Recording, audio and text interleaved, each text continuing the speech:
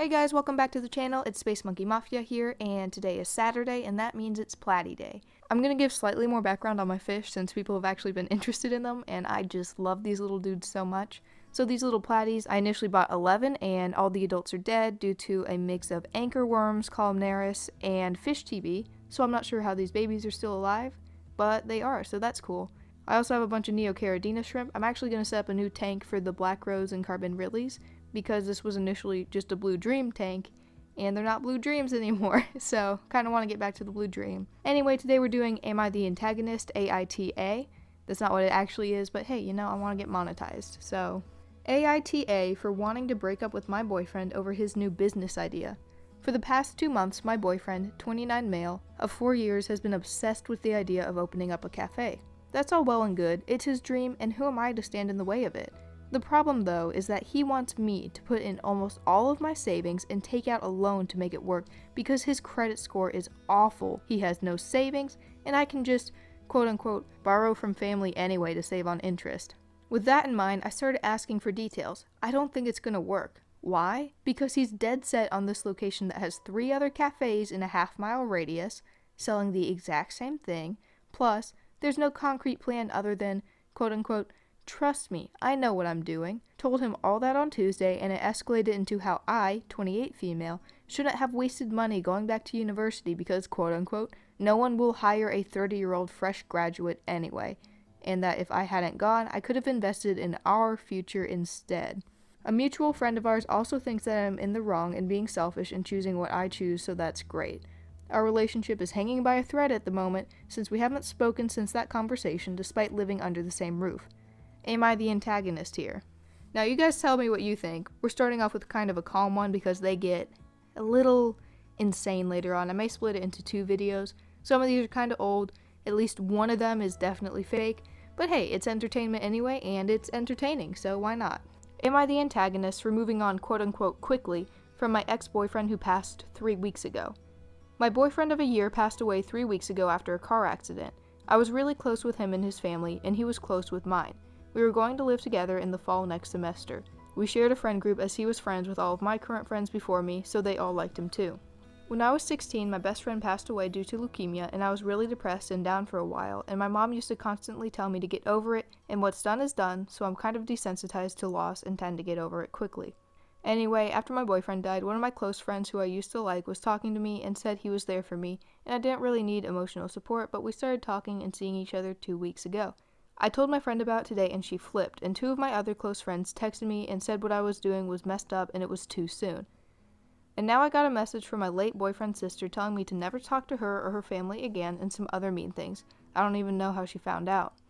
I don't know what I really did wrong. I never cheated on my late boyfriend, but I did pay my respects after he passed, but it's like I'm supposed to wait some arbitrary amount of time until I'm allowed to go out with people again.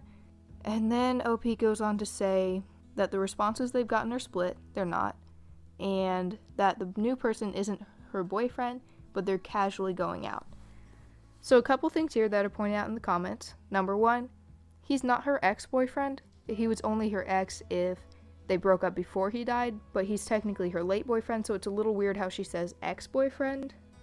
In addition, he only passed away like 7 days before she started seeing someone else, and that's maybe a few days after the funeral. If it was a memorial, it could have been before the memorial even, like there's no time frame given for that. Thirdly, it takes more than one death to be desensitized, and leukemia, you know it's coming, there's no shock value associated with it, so this person is either going through denial and shock, or there's some underlying mental illness similar to, there's some kind of sociopathic or psychopathic kind of underlying thing going on. Another thing that really doesn't sit well, someone asked the OP, question, if your boyfriend hadn't died but broke up with you instead and then started dating within a week, would you be totally angry that he moved on so quickly? If so, YTA, which means you're the antagonist. By the way, his family has every right to be upset. And then the OP replies, if he broke up with me, yes, I'd be upset because I would think he's been cheating on me and then replaced me at a convenient time. If I broke with him, I wouldn't be upset. In this case, I didn't break up with him. And then someone replies, I'm going to be straightforward with you. Something's wrong with you. You really need to see a therapist. Your lack of empathy and to the extent which you are willing to defend your terrible actions just amazes me. AITA because I refuse to get a tattoo of another man's name covered. My fiancé refuses to marry me unless I get it covered. I think this is absolutely absurd because he knew full well about it and didn't seem to mind. Now it's a problem? No, he wasn't a past boyfriend or anything like that. The man's name I have inked on me was a mentor of sorts, and our relationship was strictly platonic. He was more of a father than my own. That was the nature of our relationship. He was a kindly older man who had no children, and he helped me get clean. He passed a few years back of a heart attack. As a tribute to him in my recovery, I have his name immortalized on my wrist. I've explained all of this to my fiancé, and he claimed to understand at the time. Will I be the antagonist for turning down son and daughter-in-law's dinner invite because they live in a small apartment? My son and his wife have a decent income, but still choose to live in a small and almost run-down apartment they had first moved into a while ago and not upgrade. Their reason being they're comfortable there and don't need to spend extra on a bigger or nicer apartment. They're always invited to all family parties, and for special occasions like birthdays, we have them come over to our place or go out to eat because I hate their place. I haven't directly said it ever to them, but recently they tried to invite me over again. When I turned them down, citing an excuse, they got very upset because apparently I always go to others' places for parties and dinners but not theirs. Should I tell them the real reason I don't want to go is because I live in a terrible apartment? Would I be the antagonist then? Info edit. Apartment is a very small, one-bedroom one. Although clean and nice furniture, it's just too small and no elevators too. While our other kids and nephews and nieces and friends' kids live in bigger apartments or even their own homes. It's not up to our living standards and makes us uncomfortable. AITA for showing up to work with a broken nose and wrist after a car accident. I'm 27 years old and am one of the owners of a small startup that employs 25 plus people. I'm also acting manager and have developed a reputation as the disciplinarian of the 3 owners. I don't gain any pleasure out of being rude to people, but I do require that everyone is held to certain standards and tries their best in all things, and I will enforce those standards. If someone shows up late, I will grill you on it. If you don't meet your deadlines, we're going to have a discussion about why that didn't happen. If I see you bullying a coworker, I will shut it down publicly. If I see you putting your work onto others, I will directly ask you why you deserve to be paid. I won't ask anybody to do something I wouldn't do. I have fired 3 people in the 3 years our business has been running, and I'm not afraid to fire more if needed. I care very much about my company, and I don't let anything slide. So, now that that has been established, last week I was involved in a car wreck on my way to work. BMW ran a red light and T-boned my sedan on the passenger side. I spun out, bashed into an electric pole. I was lucky I wasn't hit on my driver's side as the car was going fast. Smashed my face on my steering wheel and door. Busted my nose pretty good. 2 black eyes now. Pieces of glass cut up my face and my leg, and my lip got busted. Also, the worst injury, I broke my wrist and hand, which is currently in a cast. BMW driver was fine. Car ended up getting towed, and the EMTs bandaged my nose and plugged my nostrils to stop the bleeding.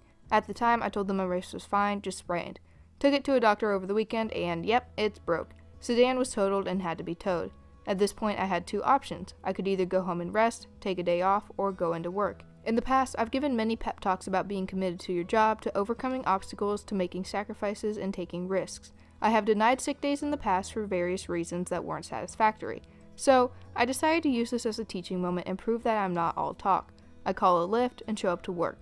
I looked like I was just mugged, but I showed. People bombarded me with questions and asked if I needed an ambulance, but I explained what happened and that everything is fine. I went into my office and got to work. One of the other owners came into my office and asked if I was all right. I said I was, but he said I should go home or go to the hospital. I had already paid to be brought here, so I refused. He tried to insist, but I wouldn't back down. I worked the rest of the week. This week, me and the other owners had a lengthy discussion about it, and while they understand my reasoning, they don't like that I came in and that I refused to leave. It's not a huge deal, but what do you guys think? For all the ones I've done so far, looking through the comments is really interesting. I'd recommend you guys do it if you're interested in these.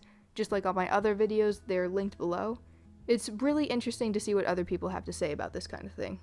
Am I the antagonist for wanting to get some money for everything I do as a stay-at-home mom? I'm a homemaker of 2 adorable little girls. My husband is my best friend and my girls are my entire world. It is the hardest yet most rewarding job in the world. It is work though, and I feel like I should get at least some compensation for all that I sacrifice. My husband doesn't feel that way at all though.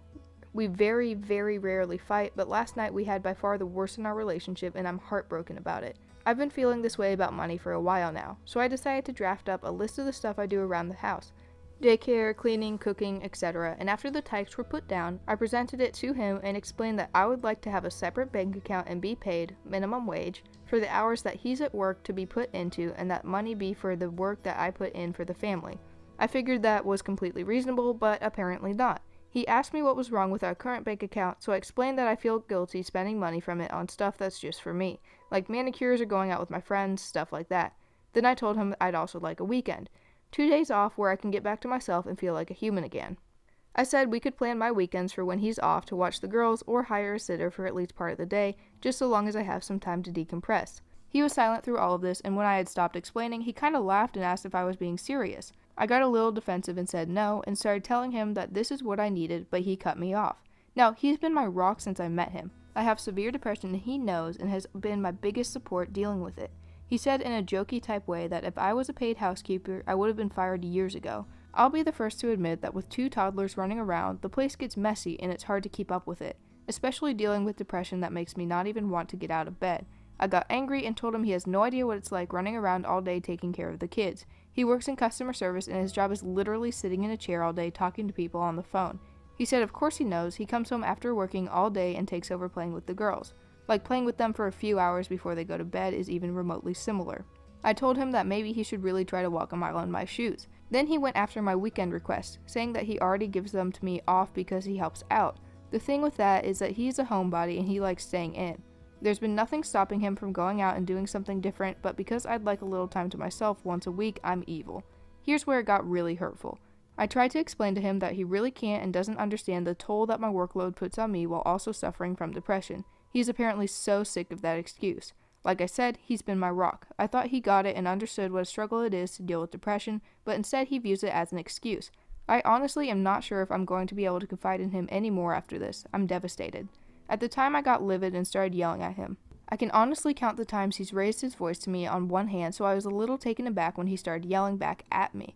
He said he didn't want me to work for our family, that if I really wanted a paycheck, let's get daycare and I could go get a job. I asked him if he really wanted a stranger raising our kids, and in a really mocking tone, he said no, he wanted me to walk a mile in his shoes. We argued for a while. I was in tears by the end of it.